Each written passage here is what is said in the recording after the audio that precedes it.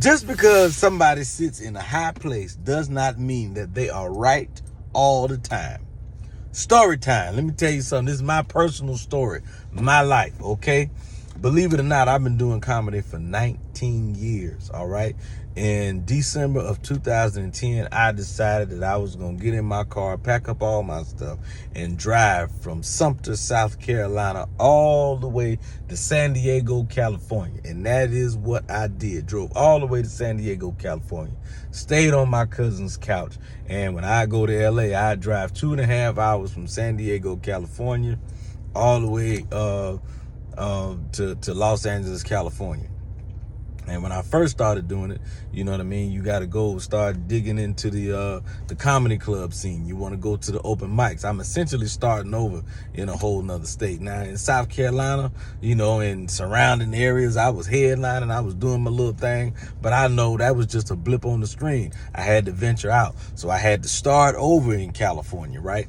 So one of the first clubs that I performed at was the Laugh Factory. That's right. Now the process to be an open micer at the Laugh Factory, you got to go there. I believe it was on a Tuesday. You got to go there on a Tuesday.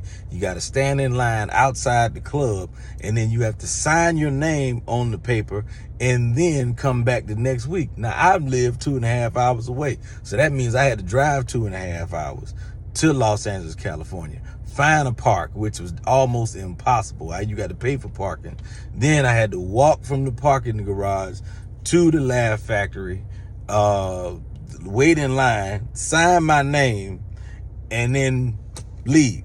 I drive 2.5 hours back. Wait till next week, drive 2.5 hours back to do the open mic. So I get there, I drive the 2.5 hours, park in the same parking deck, you know what I mean, waited outside the club.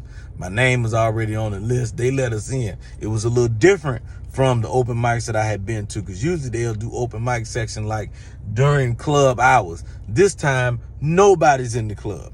It's just comedians and whoever they brought to support. So it's really not a lot of people there. It's comedians, their friends or family who they brought to support, which usually maybe 1 or 2 people, or a lot of times you didn't bring anybody.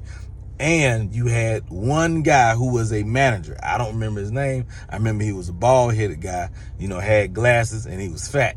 And he was sitting there like in the front row of the crowd. They called my name to get up. I think I may have been the first or second person to be called. I get up. I get 3 lines into my joke, and he goes, "Thank you. Thank you."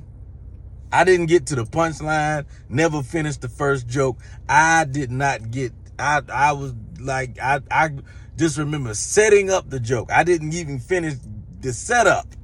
Didn't even finish the setup. And he goes, "Thank you. Thank you." Cut my whole joke off.